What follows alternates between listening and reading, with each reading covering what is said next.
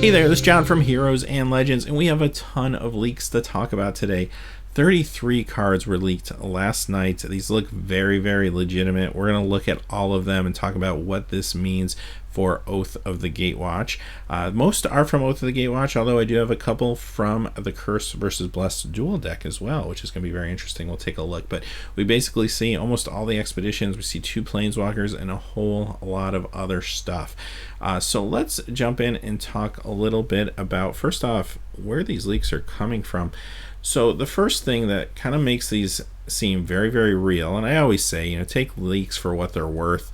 They may or may not be true. They haven't been officially spoiled by Wizards. However, they got photos of cards that have been officially spoiled. Crush of Tentacles is one example, and we'll look at these. Now, if you look very closely at Crush of Tentacles here, and we've talked about this in a previous video, so check that out if you want a evaluation of the card. But look on the bottom left, top right, you see some fraying and maybe the foiling process. So my guess is whoever's printing these cards or maybe foiling these cards for Wizards, they're pulling out defective ones, and somebody got a handful of these defective cards, got photos of them, and put them out there. So I'm sure Wizards is not happy about this. These are some huge reveals that I'm sure they would want to string through December and January, help build excitement for their set. But wow, we're seeing basically everything here. So here's an example of Crush of Tentacles. Here's another card that has not officially been spoiled, but we have seen it prior to this. And again, you see the fraying on the left. Here's Wastes, which have been officially spoiled, and this card has a lot of fraying, a lot of issues going on there. Here's another Waste. Again, this has also been already spoiled.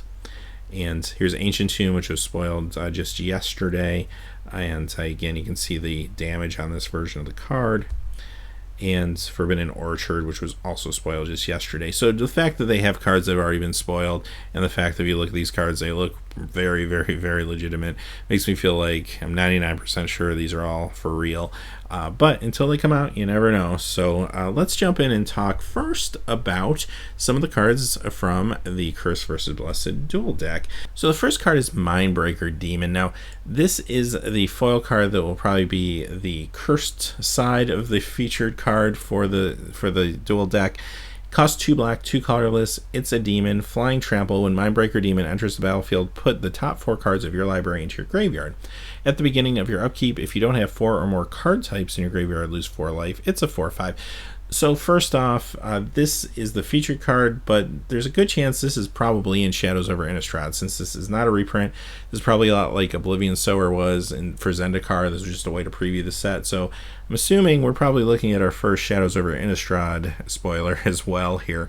Having said that about the card, kind of makes sense. It does what you would expect a card to do in the Innistrad block. It's putting cards into your graveyard. You get to mill yourself. There's a drawback to the fact that this is a 4/5 flyer with trample for 4, and that's the fact that if you don't have a number of different types of cards in your graveyard, you're going to take damage yourself. But still, even with that drawback, this is still pretty powerful. It's going to be good and limited, and it's going to potentially be good enough for constructed if the right deck's out there. Of course, we're going way in the future. This is future league stuff, so can't say that for sure, but so far, pretty impressive. Now, the next one might blow your mind. This is no doubt on the Blessed side of the 2 decks, and this is a reprint of Geist of St. Traft with new art. I'm not super crazy about the art. It looks a little too computer generated for me. I'd prefer the original art. However, this is a card that would be fine to do with a reprint. It's a $15 card. This may be one of the highest profile cards that I remember seeing in a long time, if ever, in a dual deck product. So this is pretty cool. I won't go over it, of course. You all know what Geist of St. Traft does probably at this point, but there it is.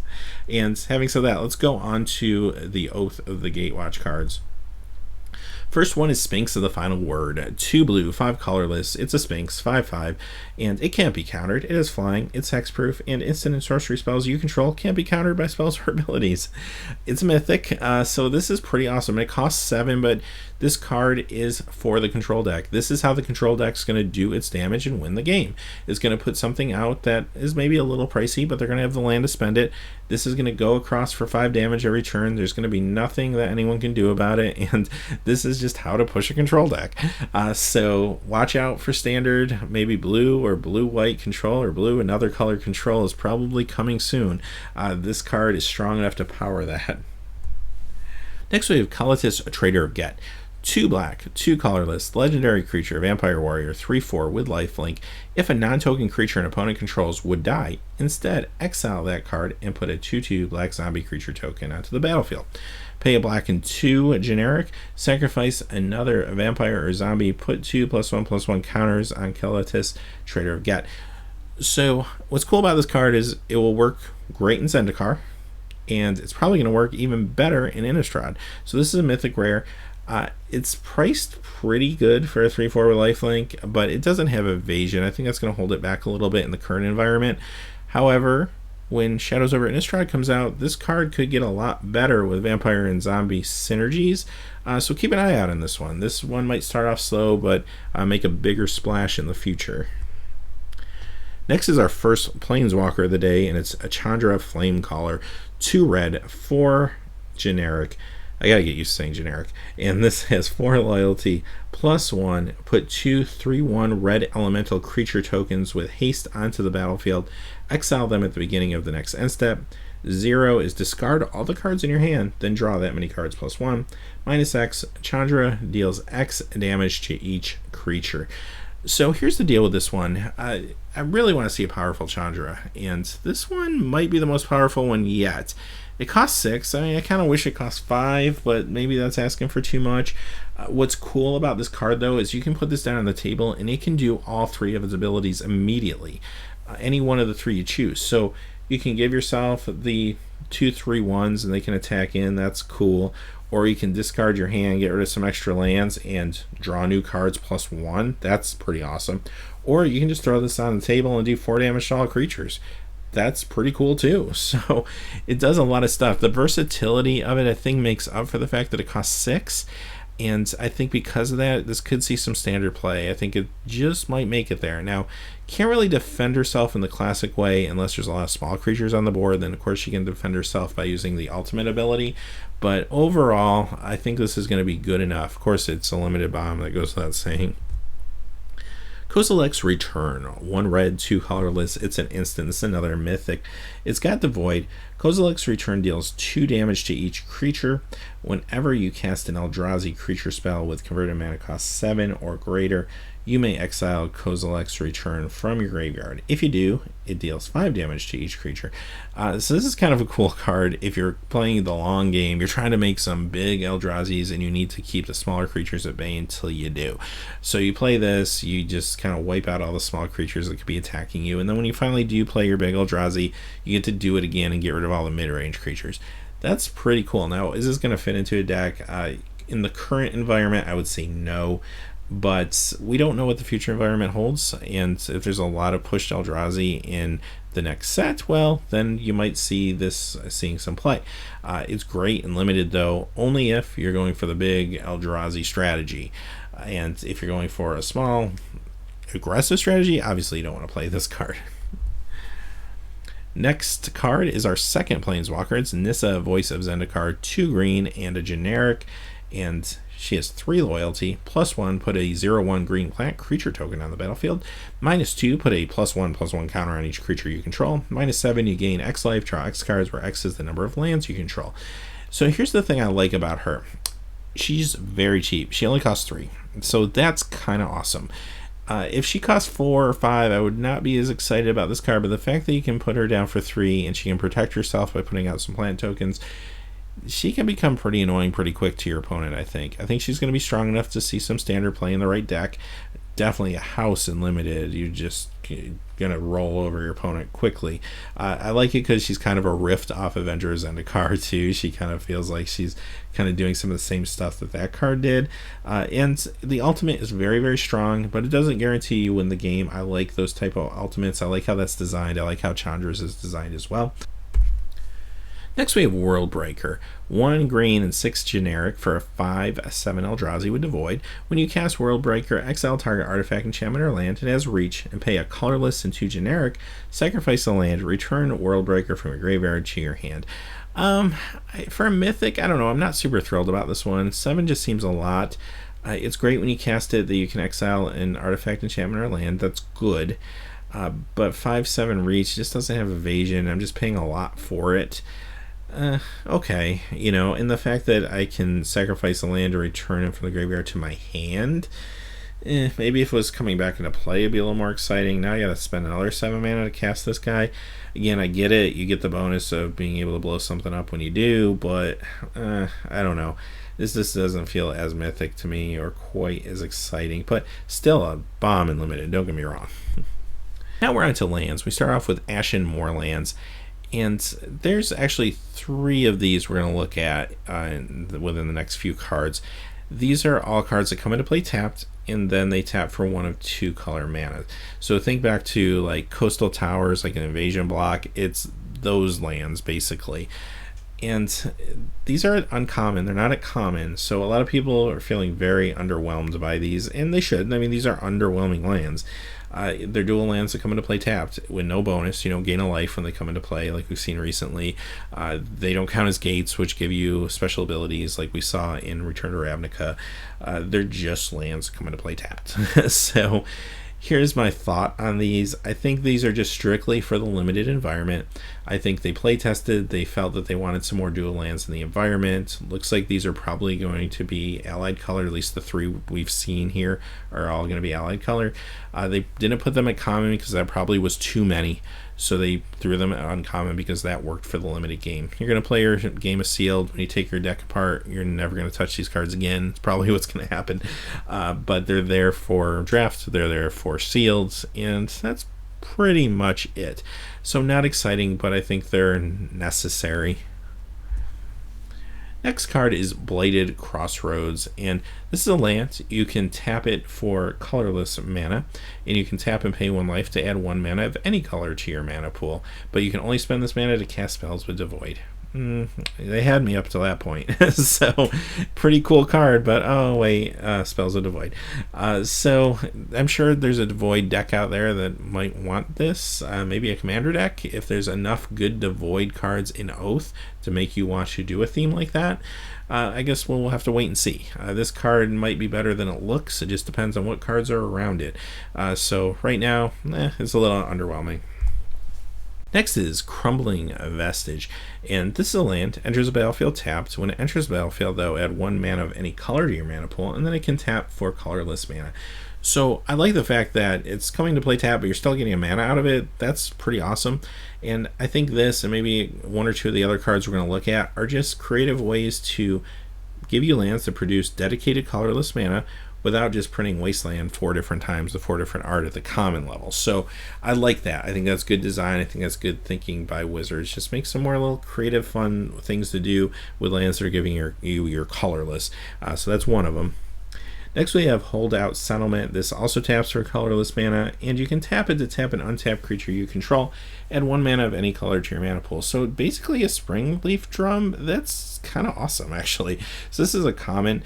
It will give you that dedicated colorless mana if that's what you're going for. But at the same time, if you can tap another creature, you can get a mana of any color. It doesn't come into play tapped or anything. This might even replace Springleaf Drum in some modern decks. I don't know. I would want to try it out at least. I find it very intriguing. So it's a common. Could be a very good land. Next we have Quiet Immensity, and this is the green-white version of the come into play tapped land. We've already talked about those. And here's a Meandering Stream. This is the 3rd and last one of these that have been leaked, but this is, of course, the white and blue version. Next we have Seagate Runes, and this is a land. You can tap it to add colorless to your mana pool, or you can pay a colorless and 2, tap it to draw a card. Activate this ability only if you have no cards in your hand. I really like this one a lot. I think this is going to be very playable in multiple formats. There's nothing more powerful than being able to draw an extra card, especially if your hand's empty. And the fact that it's not that hard to do. Once you get to the mid to late game, this becomes very, very valuable very quickly. I could see this seeing play not only in standard, but also modern and even some legacy decks. Could you imagine playing Affinity, where you just get to dump your hand? You have things like Darksteel Citadel that's going to give you colorless mana, and then you can just basically pay that to draw another card every turn, that's pretty awesome. So I love this. This is going to be a big card. I'm glad it's rare, not mythic. I just think a lot of people are going to want this card. And Seagate Ruins is kind of a big deal in the lore, so it's kind of cool to see that they gave it a very high profile card. Next is Spire's Needle, and this is the creature land for Boros. When it enters the battlefield, it's tapped, and you can tap it to add a red or a white to your mana pool. Spend 2 generic mana, a red and a white, and it becomes a 2/1 elemental creature with double strike until end of turn. It's still a land. I don't know. This one's maybe not as exciting as some other creature lands. Double strike's great, and it's very strong, but paying 4 for it, your opponent probably is going to be able to deal with it at that point in the game. And the fact that it's a 2/1, it could easily be pinged, or you get hit with some direct damage, and now you're short a land. I don't know. It's not horrible. It will be great and limited, I think, but I don't see it getting much play after that. Next is Unknown Shores. It taps for a colorless mana, and you can pay 1 and tap to add 1 mana of any color to your mana pool. Again, just another creative thing to do instead of making another wastes to put in the common slot. So really like that. I think this is going to do its job in that capacity. All right, we are on to some expeditions. So first off, let's talk about filter lands. Mystic Gate was previously spoiled, and judging by the photographs in the background and everything, I think it was spoiled by the same person who spoiled all of these. Now we're seeing 8 more filter lands. The only one we're missing is the Simic one now at this point. So let's see what we got here. Of course, we have Cascade Bluffs, we have Fetid Heath, we have Firelit Thicket, Graven Cairns, Rugged Prairie, Sunken Ruins, Twilight Mire, probably the most popular one, and Wooded Bastion. So I will say this though, I do like the art better in these expeditions than the Zendikar ones. I do feel like they still have a nice Zendikar theme to them, but they're not necessarily pushing Hedrons down my throat, so it feels like they're a little more universal, but they're still Zendikar. So I do like the art. I think they did a good job with that. So now let's move on to the next grouping, and we already know Ancient Tomb is a thing, we already know Forbidden Orchard's a thing. So what about those other 8 expeditions that are just classic lands from the history of Magic? Well, they've all been leaked. Here they are. First one is Dust Bowl, which definitely sees Commander play. Basically, this is the go-to card if you either can't afford Wastelands or you just want a 5th or 6th Wasteland in your deck for some reason. That's basically what this is. Eye of Ugin, maybe not super exciting because this was reprinted recently in Modern Masters, but still a really kind of great looking piece of art. Really nice card. I like the color in there. Horizon Canopy, this is a big one. So this is like a $60 card, $55-$60 regularly, and this is a pretty big reprint here. Great card. It's used obviously in Modern and Legacy play sometimes, but yeah, it's hard to get a hold of land, so there you go. Core Haven, this is a big commander card. I mean, getting a foiled Core Haven still can be a little pricey, so this is a pretty cool inclusion for commander players. Mana Confluence, definitely sees play in Modern. Not a super old card, but a good one. Strip Mine, so wow, there's some power right there. Imagine going to your pre-release, sitting down, and your opponent plays a first or second turn Strip Mine. You might as well just pick up your cards and go home, because I don't know how you're going to deal with that. That cracks me up that could be playable in Limited in this environment. It just seems crazy powerful. But a card, it's legacy banned. But anyway, cool card, cool inclusion, great for cubes. Vintage players will love it. Tectonic Edge, another non-basic land removal card.